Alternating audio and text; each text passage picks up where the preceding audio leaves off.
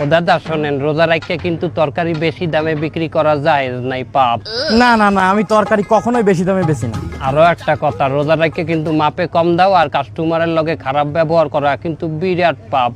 না না না, আমি এগুলো করি না। আমি সব সময় ব্যবসা সৎভাবে করার চেষ্টা করি। তা আপনি কে?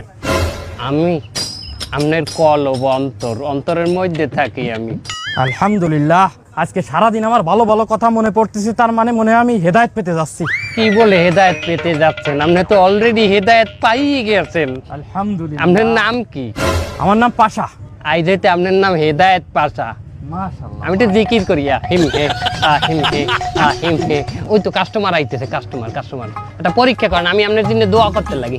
আমি 100% পাস করব। আসসালামু আলাইকুম ভাই। ওয়ালাইকুম আসসালাম। এই টমেটো কত করে? হ্যাঁ, টমেটো 20 টাকা করে কেজি। কি কোন 20 টাকা? আশপাশে তো 8-10 টাকা করে কেজি বিক্রি আছে, আপনি বেশি নিচ্ছেন